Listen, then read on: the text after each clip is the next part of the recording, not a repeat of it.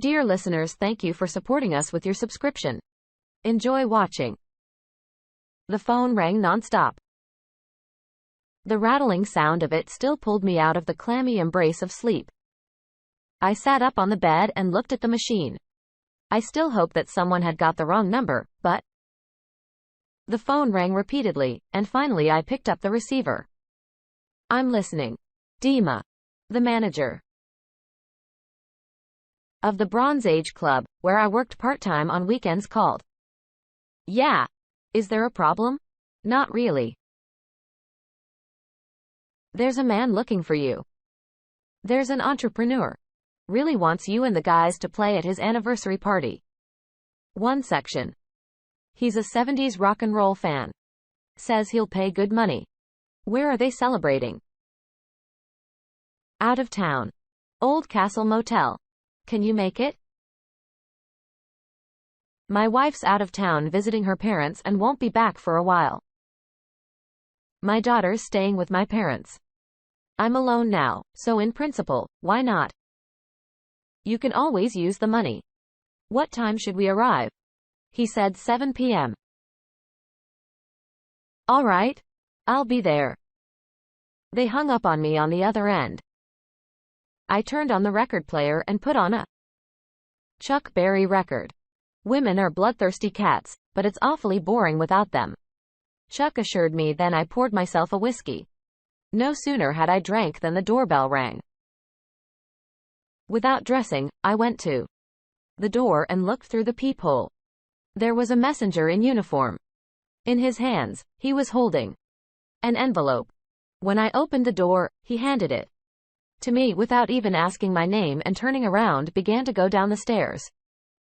I locked the door and went into the kitchen. I poured the ground Italian coffee into a clay pot, added water, and put it on the stove. Then I opened the envelope. Okay. A brightly decorated card and a small bundle of neatly folded green dollars. I counted it exactly 500. The card had invitation written in gold on a red background. Inside was handwritten. This is the deposit. That's twice the fee. I'll see you at the Old Castle Motel at 7 p.m. and the date. I shrugged. $1.50 for one department wasn't bad at all. With a cup of coffee in hand, I returned to the room, changed the record and settled into a chair. A Peggy Lee song from her latest album came on from the 4 speakers on my record player. I listened to the song and drank my coffee, admiring the collection of vintage guitars hanging on the wall. I had a lot to think about. Svetlana and I had lived with 15 years. I was already in my 30s when I met her at someone's anniversary party. I was playing with the guys that night, providing musical accompaniment, and Sweta was among the guests. She stood out noticeably in the faceless crowd of munching and drinking guests. We danced with her a few times, and I gave her a ride home after the anniversary. Sweta was 3 years younger than me. She rented a room in a bedroom community. We sat in the car for a long time, and I finally worked up the courage and kissed her. She didn't resist, and then I suggested we go back to my place. She agreed after thinking about it. We drank some wine, listened to music, and moved on to more serious physical exercise. So she came into my life. Sweta had a very valuable quality. She knew how to be in the right place at the right time. And soon, I could not imagine my life without her. We dated for about 3 months and came to the conclusion that we should get married. We got married in September. We didn't exactly splurge. Friends, parents, and close family. 3 years later, our daughter was born. I worked as an engineer in a factory, and on weekends I played in a cozy little club, the Bronze Age. I managed in my youth studying at the Mechanical Engineering Institute to finish music school at the same time, and now music helped me to survive. I put together a small band and we played rock and roll of the 70s. It turned out that there were a lot of fans of that kind of music in our town, and on weekends, the club was full of old rockers. They listened to covers of forgotten today bands with pleasure, drinking their nostalgia away with strong drinks. Sweta was a landscaper. She designed plots for wealthy clients who had no desire to do it themselves. Over time, she became quite famous and in demand. Along with fame increased the number and duration of business trips. But I was confident in my wife. In all the years of our life together, she never gave any reason to doubt her love and faithfulness. Our family standard of living was above average. There was enough money to live and have fun. Like any self-respecting man, I had a stash. A week ago, I learned that the owners were going to live abroad and urgently wanted to sell the Bronze Age Club at a fairly low price. I didn't hesitate to borrow money from my parents, took a loan from the bank with my father's help, added everything I had and bought it back. I registered the purchase in my father's name. He was a pensioner and had significant tax benefits. Svetlana knew nothing about it. I decided to wait for her and celebrate our purchase. At the same time, to consult with his wife on what to do next, leave work at the plant and work closely involved in the club, or continue to try to sit on 2 chairs. After lunch, I called the guys and asked them to come to the motel a little earlier to set up and check the equipment. Then I called my wife, but her phone was off. Okay. I'll call her back later.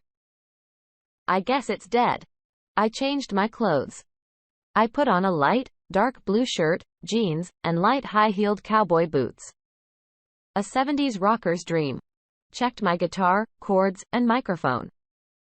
I try to work with my gear to rule out any surprises. At 6:45, I was already sitting in the car and pulling out of the yard. I knew the way and planned to arrive on time. I barely parked in the parking lot, which was packed with expensive cars, and took my tools and my bag of cords and went to the entrance of the motel. The doorman at the entrance quickly opened the door, saying that the Jubilee had asked for me several times. Walking up to the stage, I made sure the guys had everything hooked up and we were ready to start. A young man in a fancy suit came up to me. Hi. I'm the host. You go first. How do I announce you? So announce you. The band Ricochet, music of the Bronze Age. We'll take it from here. The young man made a note in his notebook and instantly disappeared. He was immediately replaced by another. Paul asks you to approach him. I approached a small group of men sitting imposingly. One of them stood up and extended his hand to me. Hello, Dmitri. Thank you for coming. I'm waiting for my friend, and I'm going to ask you to play Autumn by Vladimir Eriksson. As we enter the hall. It's her favorite song. It's not just hers. My spec has also monocodaling that theme. I thought. Well, and then you play according to your program. Finish the Jubilee. Well, do not worry. Everything will be done properly. I nodded my head and went back up on stage. You guys play Autumn first, then Rumba, and the rest. I picked up my guitar and fixed the mic. Suddenly, everyone was quiet and turned toward the entrance. The Jubilee man was walking in leading a blonde young woman in a gorgeous purple dress tailored precisely to her figure. A well-dressed gray-haired man in years and a young graceful woman looked on lovingly. How great the couple looked. And at that moment, I recognized my wife in the Jubilee's companion. My fingers played the intro by themselves, and I began to sing. Autumn, autumn, autumn, autumn. There's a summer somewhere. But it's not there anymore. There's no more. No more. No more. It's a requiem for my love. My voice was distorted and Sweeter didn't recognize it. The couple cued sweetly about something and went to their place at table, and the guests looked at them too, began to sit down. I finished singing and there was silence in the room. Gentlemen, the Jubilee's voice was amplified by the microphone in his hand. It's been a year now that we are together. Today, my beloved woman has agreed to become my wife. He took a blue box from the table and pulled out a ring. Judging by the way it gleamed in the reflected light, there were plenty of diamonds. In honor of this occasion, accept my love, this gift. He put it on the ring finger of Sweeter's right hand. On the same way, until recently, she had worn my wedding ring. Apparently, Pavel decided to combine two events, his 60th birthday and his engagement. Sweta stood up and kissed her future husband on the lips. The guests applauded. For a moment, I thought I was dreaming. This is just a dream. Now I would wake up and it would all disappear. I even closed my eyes. Alas, the jubilee continued. What should I do? Go over there and punch the jubilee guy in the face. That's stupid. It's not like he had anything to do with it. What will I achieve? I'll be thrown out and that's it. Giving Sveka a shameless punch in the face, the ending is exactly the same. Alright. I'll see this show through to the end. The host came up to the stage. Gentlemen, our guest is Ricochet with the program music of the Bronze Age. The lights were dimmed and a spotlight illuminated the front stage. And then Sweta recognized me. I could clearly see her hand pressed against her throat. Her companion leaned toward her and then said something to the waiter. A few seconds later, the waiter brought a glass of water. Yes. It looks like the bride is not well. We played the part. All the while, Sveta did not take her eyes off the stage. She tried to get up several times, but then sat down again. Her date wouldn't leave her side, hovering, so to speak, like a fly over a turd. When we finished, to the applause of the guests, and began to gather the equipment, that presenter handed me an envelope of money. Pavelville is very pleased. He'll be in touch with you again. Well, that's unlikely. I threw my guitar on my shoulder and approached Svetlana. She was sitting alone. Her companion went out somewhere. Seeing me, his wife lowered her eyes. I threw my wedding ring into the glass of champagne in front of her, then I turned, picked up my bag and went to the exit. The car started with half a turn, the engine rumbled quietly. Sveka, how could you? Inside me poured a cold emptiness, pouring raging emotions. I slowly backed up, turned around, and drove out onto an empty highway. In the distance, a huge city sparkled with multicolored advertising lights.